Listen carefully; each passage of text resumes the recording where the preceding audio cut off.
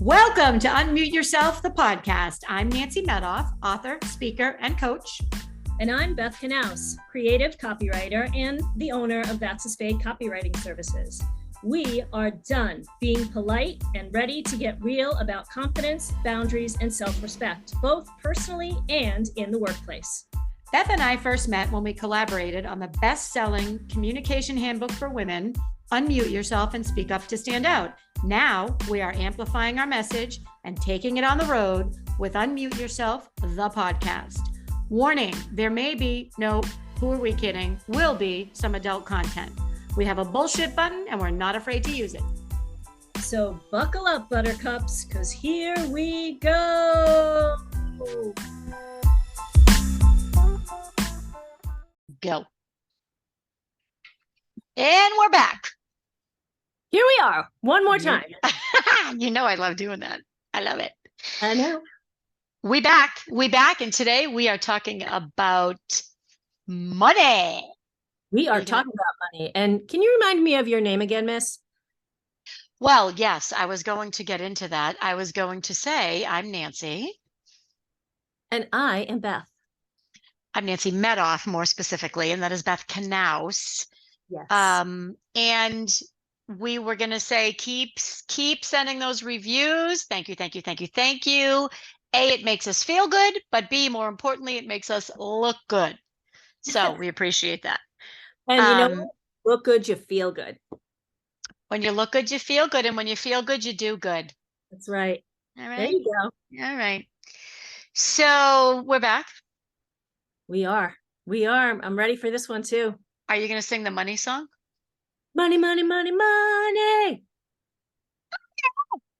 There you go. That was great. So we're talking about money, and we thought this would be really appropriate during December, because in December, I don't know about everybody else, but what about you, Beth? I think about money a lot in December. I do too. And I think about it too much. Yeah. I think about how much I'm spending. It's the end of the year, so I think about how much I'm making. I think about how much I want to earn next year. I think about how I can save money. So it's on our minds. And if it's on our minds, well, heck, we're pretty sure it's on your minds. Absolutely. All right. So let's talk about money. Why do you think there is a stigma around talking about money for women? So I think, you know how I am. I'm going to go right to that generational thing. Women haven't been making considerable salaries, the majority of women, for that long. Right? I mean, if you think about men, for generations, men have been making the majority of the money in a household. Whereas in the past, what would you say? 10 to 20 years, maybe, women have really stepped up their game. Maybe I'm not saying long enough. Well, can we clarify? Stepped up their game or have taken on more of a primary breadwinner role? Right, absolutely. Taken more of a primary breadwinner role, which also means that they but many go and get, really solid education and then have to go and vie for positions, right? And bring home the bacon. But I'm not sure. I'm going to say that it's probably because do they feel that they're being judged for other women who are at home, right? Because there's this whole, well, I am staying home to raise my children myself so that I don't hand them off to a stranger, right? Which is an excellent choice if you can make it and if you want to make it. And again, this is one of those questions nobody is asking men. Are you going to choose to give up your career and stay home and watch your children? People don't ask men this question, right? They do not. Well, because we assume that A, they can't because they're the men, they must make more money. And B, men don't do that. Right. But that's not always the case, right? And the more that women are advocating for themselves in the workplace for positions and for the salaries that they want, the less of a gap there's going to be between what either can make. But I do think that there's I think a lot of it is mom guilt and worrying about what your friends will think. And I also think, for men that there's pride in having a home and a nice lawn. I think for women, it's the pride in, am I taking care of the inside of my house? Am I cooking these meals? Do I have a physical trainer so I can look good? There's all these things. I'm not saying that the women are shallow. I'm saying that sometimes you're in a relationship where your partner is looking for that, or maybe you watch someone else before you behave that way and just haven't made your own decisions about what you want or set boundaries, right? Which we just talked about a couple weeks ago. Yeah. So that's a lot to unpack there. So women, if I understand it correctly, you're saying that you don't think women talk about money as much because it's not as important to them? No, I think that when they do, they're seen as, I don't know, would I say less womanly, less maternal, less domestic. Now the words are coming to me. And I got to tell you, it's okay to be less domestic. It's okay Yep. to be less maternal. I mean, all mothers shine at different stages of their children's growth and aging. If they choose to be mothers, a lot of women out there don't, Many right? mothers don't. Yeah. I agree. Yeah, I think, if you think about it, like, let's say Mike, I'm making this up, Mike negotiates a salary increase, goes to meet his buddies after work, and he says, "You guys aren't going to believe this. I just negotiated a $50,000 salary increase. I'm over 300K now," right? This is Right. Mike. He has a big job, right? Do you think Mary would ever meet her friends after work and say, "Yeah, I just negotiated a $50,000 salary increase. I'm over 300,000 now, girls. How do you like that?" Drop the mic. I Right. can't ever see that happening. That's right. I agree. Because And I wish, yeah, people would be like, "You bragging yeah, biatch." right. That's unprofessional. That's like, what do you have to prove? I don't have to prove anything. I'm just sharing the information. Right. I Right. bet. Right. I had a friend or a colleague, a business colleague today, as a matter of fact. She mentioned how much she made, and she mentioned how much she wants to make, and she mentioned, this was all like, by the way, this was, here's my plan. I want to do this. I want to do this. I want to do this over the next 4 years. And she shared the actual dollars, and I was pumped because women don't do that. They just they don't. And B, it made me feel like she trusted me. And C, the more she shares about what she's making, I can gauge how I'm doing, in terms of, "Oh, well, I thought she made a lot more money than that. I guess I am doing great." Or, "Oh, that's all she's making. I'm making 3 times that much," blah, blah, blah, blah, blah, whatever the case may be. But it's just knowledge. It's just information. And Right. as long as we don't put a value or a judgment with it, it's just information. And why wouldn't you want to give your girlfriends as much information as you can so that they can go out and try to make as much as you are, or use that as a reference point? Does that make sense?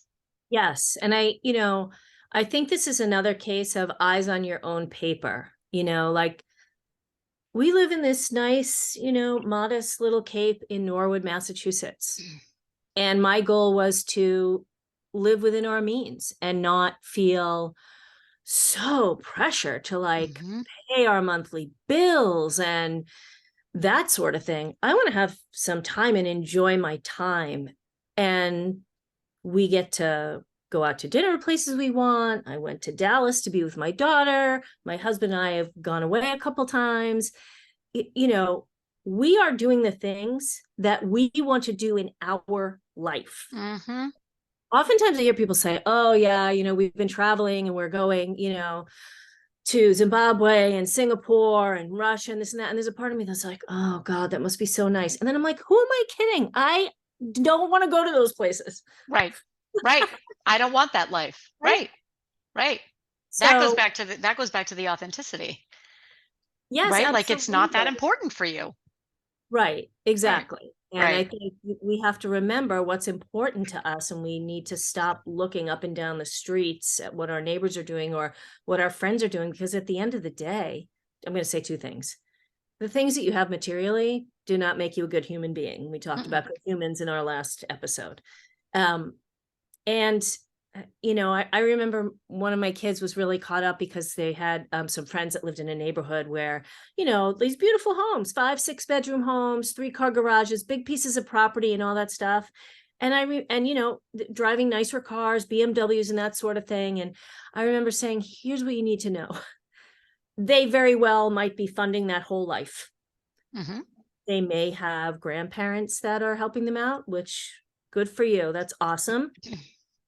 They may also be up to here in debt to have those things. And you know what? Some people are really comfortable with that. And that's fine. I couldn't live like that. I would have a heart attack. Right. But I know some people, they're like, you know what? I'm not leaving equity in my home, taking all that out. I'm spending that money. That's my money. And, good for you. As long as you have a safety net, or you know what? Forget about that. I'm not going to say anything else. If you're comfortable living that way, I think that's great. But you can see right now I'm having like a money thing because I choose not to live that way because I could not handle it. So I remember saying, just because people have all that stuff, it doesn't mean they actually own it. And sometimes that's not important to people, but it doesn't mean as much as you think it does. Yes. And I heard a term a few weeks ago called money trauma. What's your money trauma, right?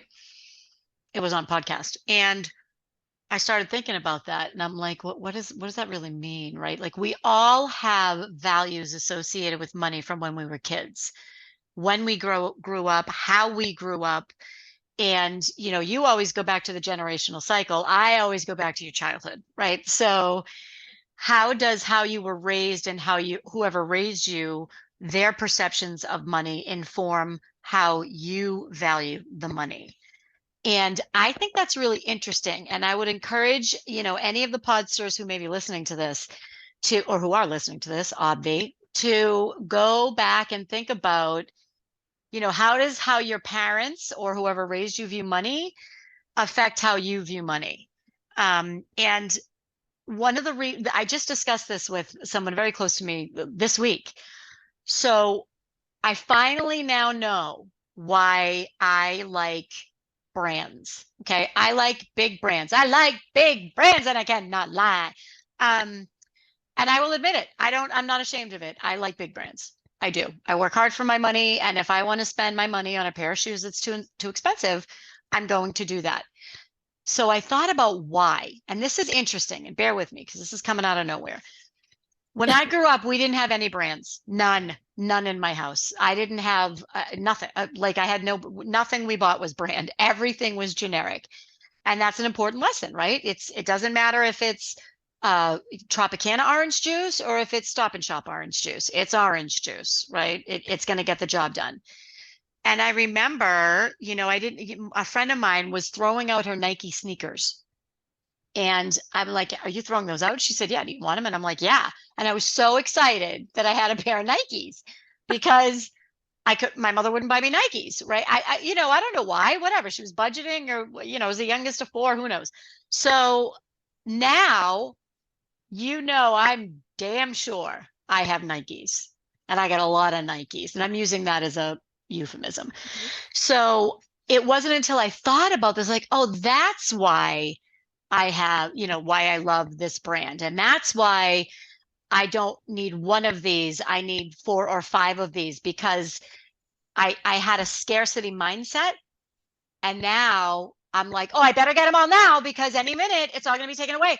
So I wonder how that affects my personal desire to earn money. Like, I got to earn, because what happens when I don't? And what happens when we're back to no Nikes? That's so funny. So I have a very different perspective of that. So, and by the way, Sears, it is a brand for anyone who grew up in that era. Sears, Roughhousers, Toughskins. It's a brand. Toughskins. I remember Toughskins. Sure. Just the nicest brand. Of course. It's like Wrangler. My mother shopped from a catalog because she did not leave the house. Oh. And so everything came from the catalog. And I remember being 12 and like going roller skating, and it was the time of like Cachet and Jordache and Gloria Vanderbilt, Sergio Valente. And I remember going to my father in tears and saying, Daddy, please, can I just have one pair? And my dad took me out, and he was always somebody who was like, let me dig a hole over here and see if there's somebody had some money there. And he would take me out. And so he took me out and bought me 2 pairs. And then I was like, every time I babysat or I did other things, I'd be like, I'm going to buy a new pair of jeans or whatever. And I would do it. But now today, I'm not interested in brands. Right. I feel like it's free advertising for that company. And I hate to have the same thing on as somebody else. I hate that's it. funny. That's great. I like it. I'm sure you could see that about me. There's something quirky where I want to walk in the room and have on the weird shirt or the really cool shoes that I found in some consignment shop or something like that, rather than walking in and everybody's like, and you know what it reminds me of too? What the heck were those jackets? Everybody had it, like had a snap. Members only. Members only. Members. My dad had. I told you, brands. Yeah. Yeah. Yeah. And then there were the knockoffs. I had a knockoff. I didn't have a members only, but yeah. And I remember thinking, I don't even like this jacket. Oh, that's so funny. By the way, I've seen you walk into a room and you don't have a weird shirt on. You have an interesting shirt on. Everything you wear is interesting. Yeah. Okay. So let's just nip that in the bud. Some character in the room.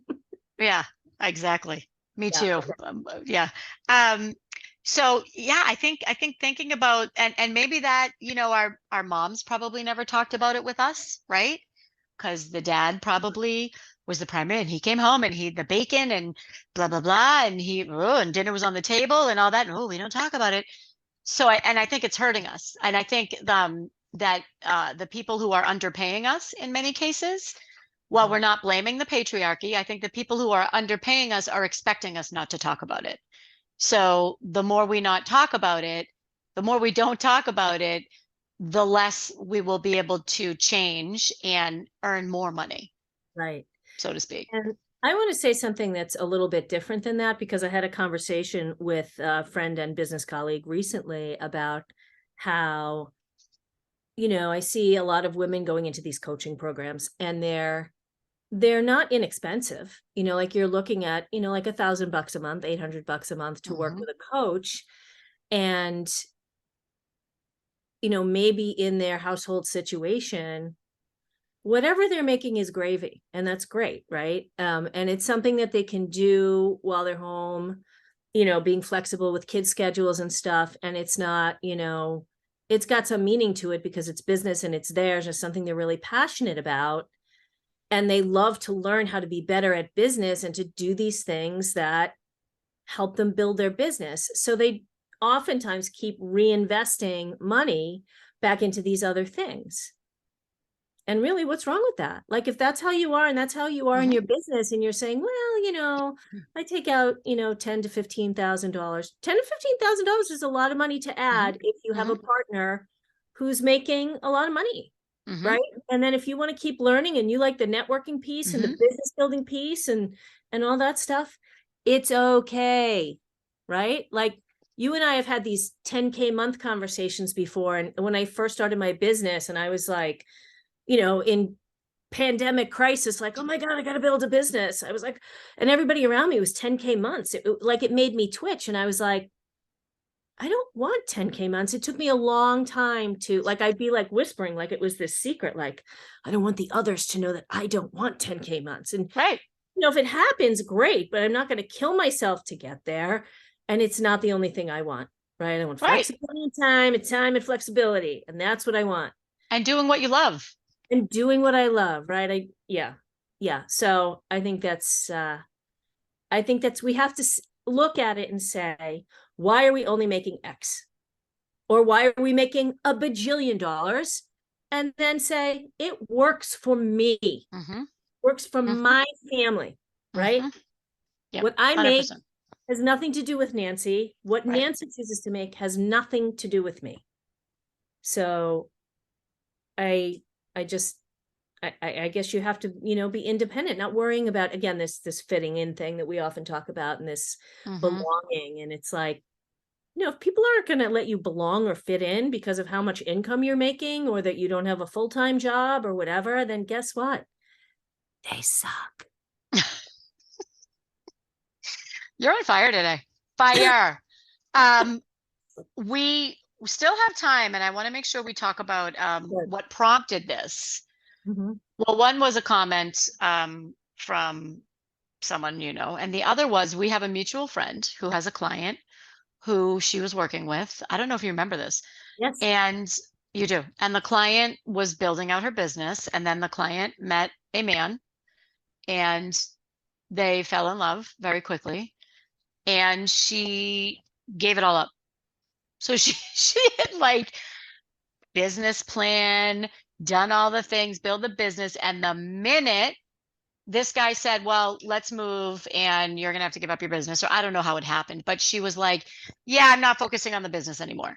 So I guess the question is, are you, or the comment is the importance of really making the money, not making a ton of money, and doing it for yourself, not Right. pretending to do it until someone comes along and, you don't have to worry about it anymore, which for some people that's fine, but own that, right? That's what I'm saying, is like, don't pretend to be a woman in business who is savvy and smart and wants to make money. That's great. But if you're only doing it until something better comes along or something easier comes along, that's fine too. But own that, I guess, is what I'm saying. Yes. I don't know. I agree. Yeah, I think that's interesting because, listen, would I like to believe that you could meet somebody and 6 weeks later you get married and it's a fairy tale romance till the end of your life? May you be blessed with this.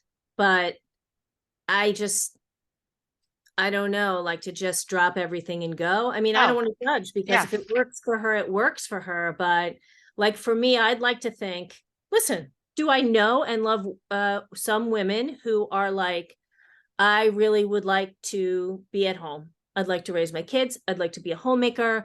I'd like to marry somebody who can support me. I think that's fine if that's what you want. But I also think that you should get to have your own bank account, and you should get to have a 401k, and you should get to, because whatever you're doing is valuable, right? Especially if that partner commits to the same thing as you and the same mindset as you. Yep. I think that, yeah, because you just want to, protect yourself for anything that could happen. Right? So that's why I think you and I both had a reaction to this. Is this woman was building her business. She was doing a great job. Wait before you abandon it, to make sure you don't end up a cautionary tale, right? That's really, for me, that's what was driving it. It's like, no, you got a good thing going. Keep it going for a little while. Right. And then if you want to step out, but you're just building your momentum. What if it doesn't work out with this guy? What if you end up getting divorced? What if you don't get married? I think you give a lot of the power away if you say, okay, I'll go do that, and you don't have another plan. Like, what's the plan B? I think is where I was getting at with that. And I think people who don't have a plan B, like we talked about in the last episode, are the people who max out their equity, right? Like, have a house that they take the equity out of, or they lease all their cars, or they whatever. And again, I think that's totally fine. Does it make me freaking nervous? Absolutely. But if somebody else can manage that way, that's fine. Yep. But yeah, I can't do that. I can't do that. Well, you could. You choose not to.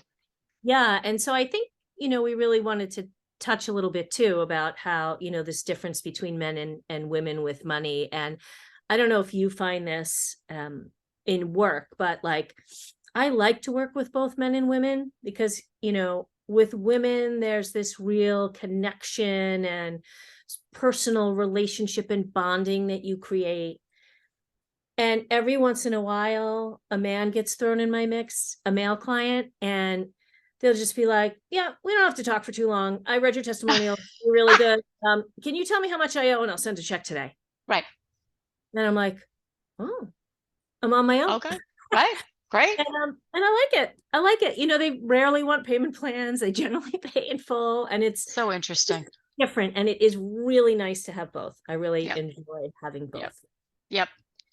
I do too. One more topic I want to hit, and tell me if we did, because we might have talked about this before the podcast. Buffering. Did we talk about that, or was that before? I know we talked about it. I don't think we talked about it. I talk about, I don't think we went into depth yeah. of it. So it's money as a buffer. So when I say buffer, I mean buffering everything you're feeling or what's going on. So for example, if you're very stressed out and there's a lot going on and you drink a bottle of wine every night, that's buffering. You're buffering with the wine. You're avoiding your feelings and avoiding what's happening by doing this activity. Zero judgment. I am no stranger to a nice Cabernet. So I was thinking about money as buffering, especially during the holidays, because it's really busy. A lot of people get very overwhelmed, very stressed. They feel like they need to do all the things. Perhaps you're avoiding some work projects that you need to wrap up. And I found myself doing that a couple of weeks ago. I'd be like, oh, I'm not going to work on that presentation. I'm going to go to tjmax.com and see what's on sale. And I was just, like weirdly buying a bunch of stuff. And then I'm like, oh, that's what's happening. That's what's happening. I'm avoiding this situation. And I caught it and I realized it. So I think in the month of, and I stopped doing it. I think in the month of December, yes, there's a lot more emphasis on money and spending.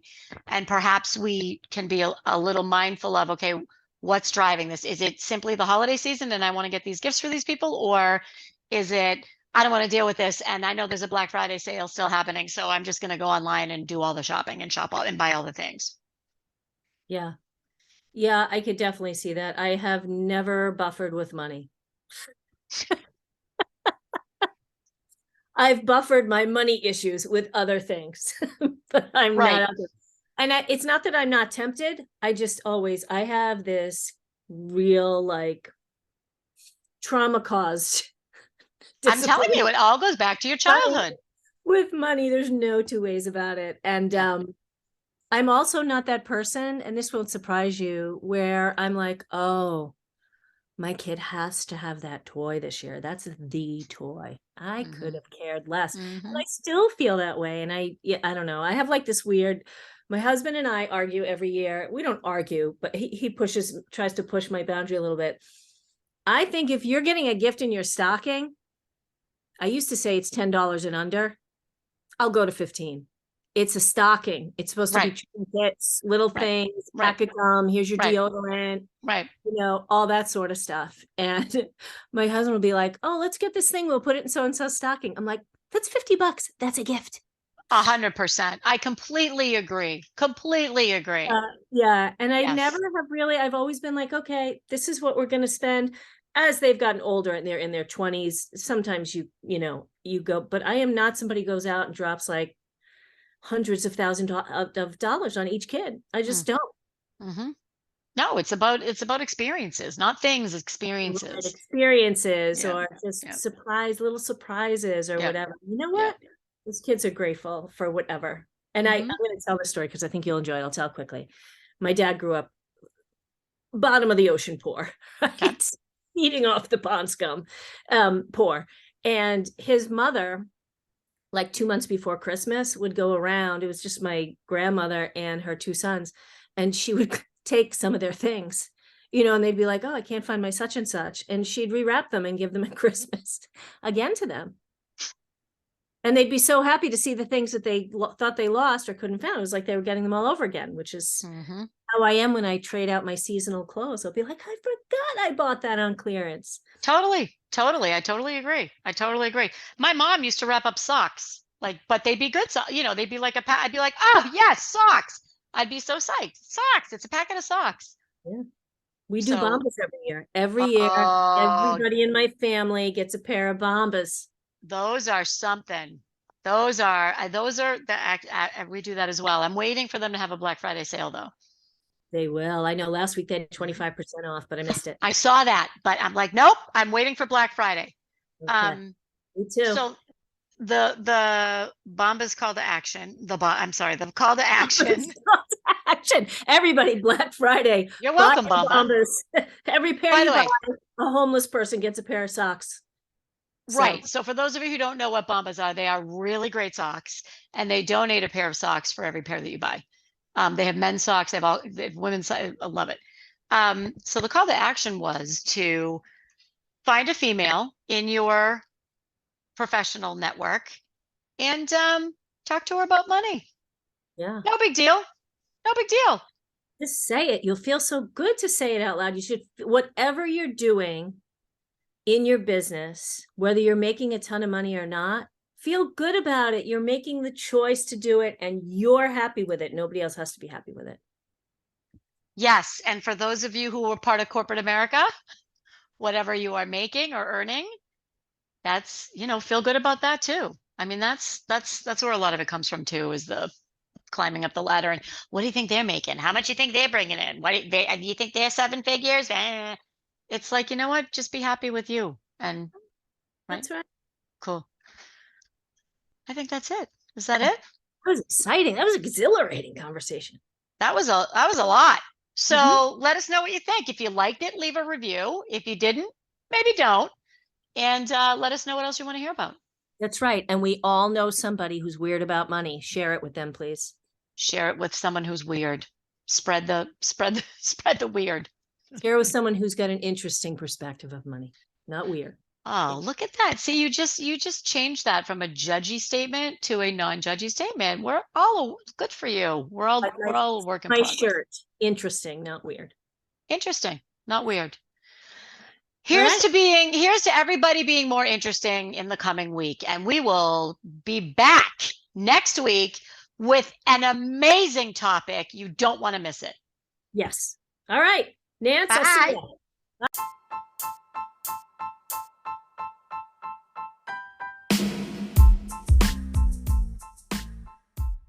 That's a wrap on another episode of Unmute Yourself, the podcast. We hope you found value in today's podcast. We hope you were able to take a little time for yourself and perhaps think about how you're showing up. And thank you for all of the great feedback we've been receiving. We'd love to hear more from you about what you think, the tactics you're using every day to speak up, and anything else you'd like to hear about on future episodes of Unmute Yourself, the podcast. You can contact us through our websites. Nancy can be found at nancymedoff.com and Beth can be found at that'saspade.com. Or you can email us at unmuteyourselfthepodcast, all one word, @gmail.com. We will see you next week, and until then, keep speaking up.